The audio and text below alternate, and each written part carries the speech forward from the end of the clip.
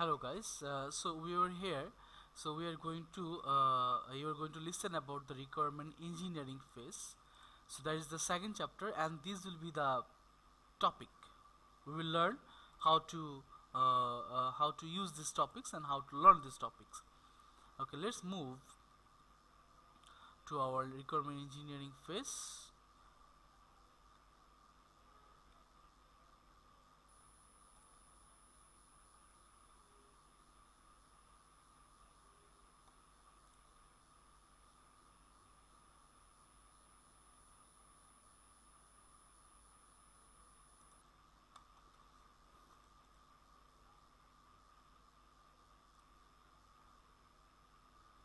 So, what is requirement engineering? What is requirement? You have to know at first. Requirement means the collection of user wish. These are the requirements. That means what user want to develop about his software. These are the requirements. Okay. So basically, requirement engineering means whenever we are going through this process by using some predefined steps at the time, this is called requirement engineering. Okay, so the last point, you can see the bridge to design and construction. So it acts like a bridge between design and the construction of your project. So I'm going to skip the theories. So now I told you on the last lecture that is requirement is of four types. There are four types of requirement: user requirement, system requirement, functional requirement, and non-functional requirement. So I'm going to show you. I'm going to describe this by using examples. I'm not going to describe through the theories. So this is the user requirement example. So as you can remember, there are three project samples are described in the Ian Somerville's book. One is mental health patient management system. So this is one of those requirement. Let's see what it says. This system, the mental health patient management system, shall generate monthly management report showing. So it will generate monthly management report showing the cost of drugs. It will show the cost of drugs prescribed by each clinic during during that month. So it is a month-wise report generation system, report generation requirement. Okay, and it will show the cost of drugs prescribed by each clinic on each month. Okay, so based on this user requirement, so this is user requirement number one, suppose. So based on this user requirement, now we have system requirements. These are the system requirements based on this user requirement. So these are the system requirement based on this user requirement. So if you have more than one, or if you have eight user requirement, at that point you have to write exactly by using this format. At first you will have the user requirement, you have to give the number, then you have to describe and you have to write the system requirement based on that user requirement. Okay, so this is user requirement 1. So this is the system requirement 1.1, 1.2, 1.3. Okay, so this 1.5 up to 1.5, these all requirements are based on a single user requirement. Same thing will happen for user requirement number 2. Same thing will happen for user requirement number 3. Okay, and go on up to n. So it's a monthly report. Let's see how it will we will cope this one with the system. Okay, so how system will react based on this, how we have to adjust the system based on the user requirement. Let's see, on the last working day of each month, because it's a monthly report generation system. That's why it will work, it will active at the last working day of each month. A summary of the drugs prescribed, their cost, and the prescribing clinics shall be generated. The system shall automatically generate the report for printing after 5:30. This is railway time. 5:30 on the last working day of the month. That means on the last working day of month, and time is 5:30. See, this is what is the job of the analyst. You must define everything to your coder. You must analyze every single part, every single possible part of the system. See, this is what you have to read, you have to write, and you have to let your coder know that when you are going to print the report. So same thing goes on. A report shall be created for each clinic and shall list the individual drug names. So it is telling me how I will design my report, what will be the content of my report, and how it will be printed. Okay, so this is just read it and whenever you're reading it, think about your project. That will be easy for you. Okay, so this is the user requirement and system requirement. Now comes functional requirement and non-functional requirement. Okay, so functional requirements, like the functions your software will perform, just like delete, update, search. So how I can search, how I can delete, if I want to delete, what I have to delete. Okay, these are the functional, these kind of jobs are called the functional requirements. Okay, this functional requirement will not be provided by user. Only user requirement will be provided by user.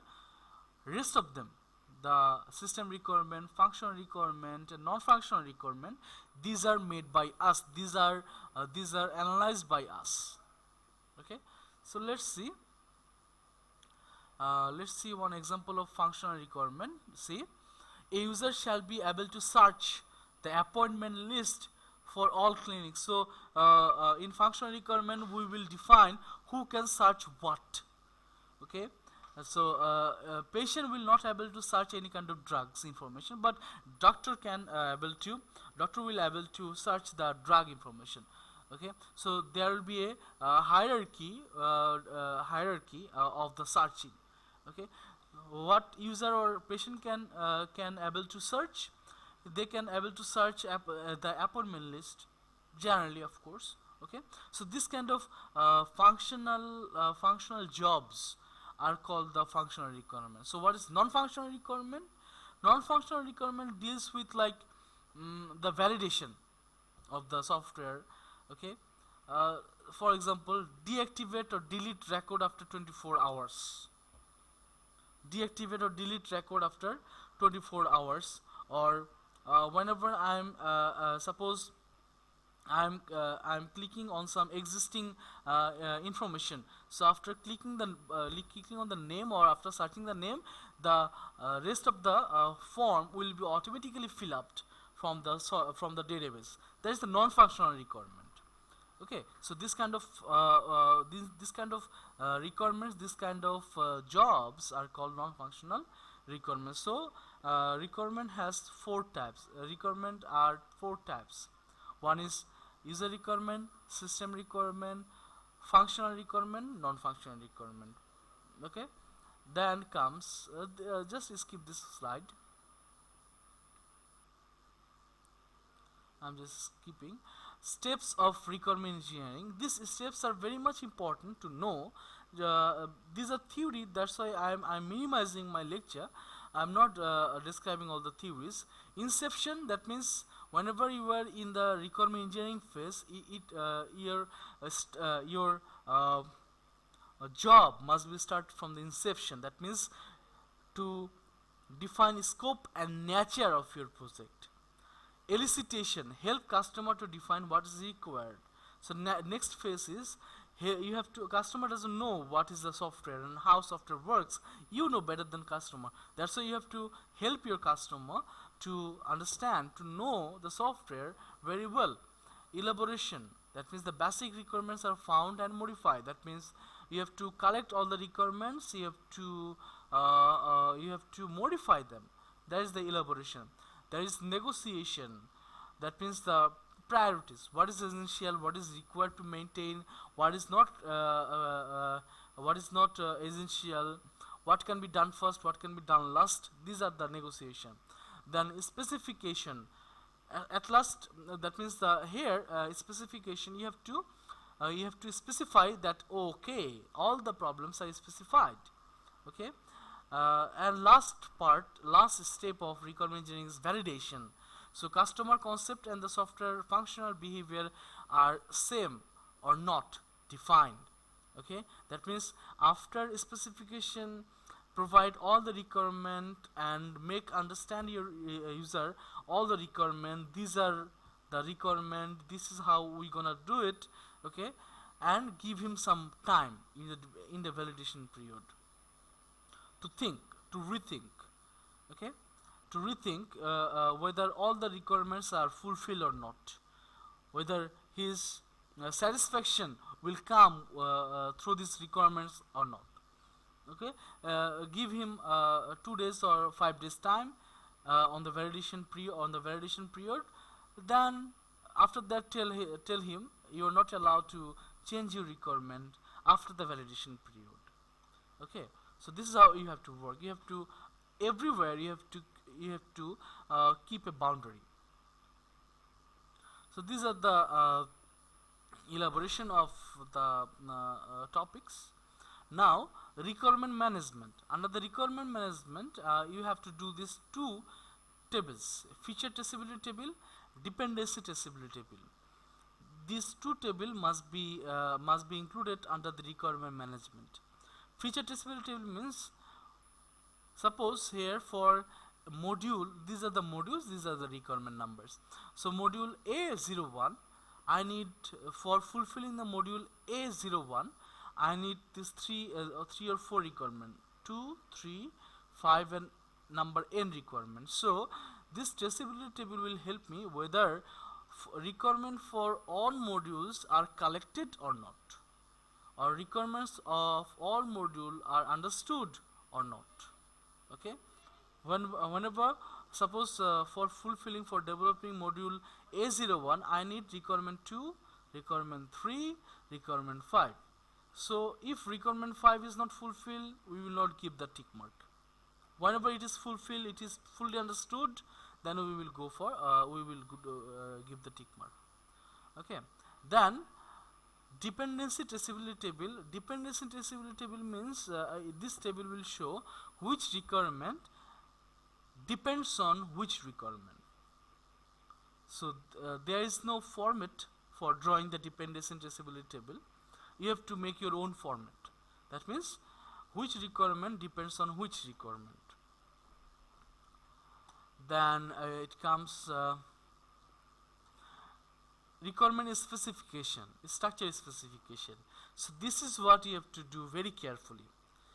All the things after this, all the requirements are gathered. Now you have to specify all the requirements.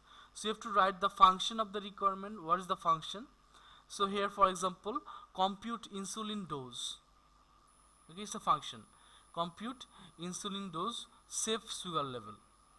Okay, it's a that means compute insulin dose, safe sugar level. Okay, these are the things he will compute.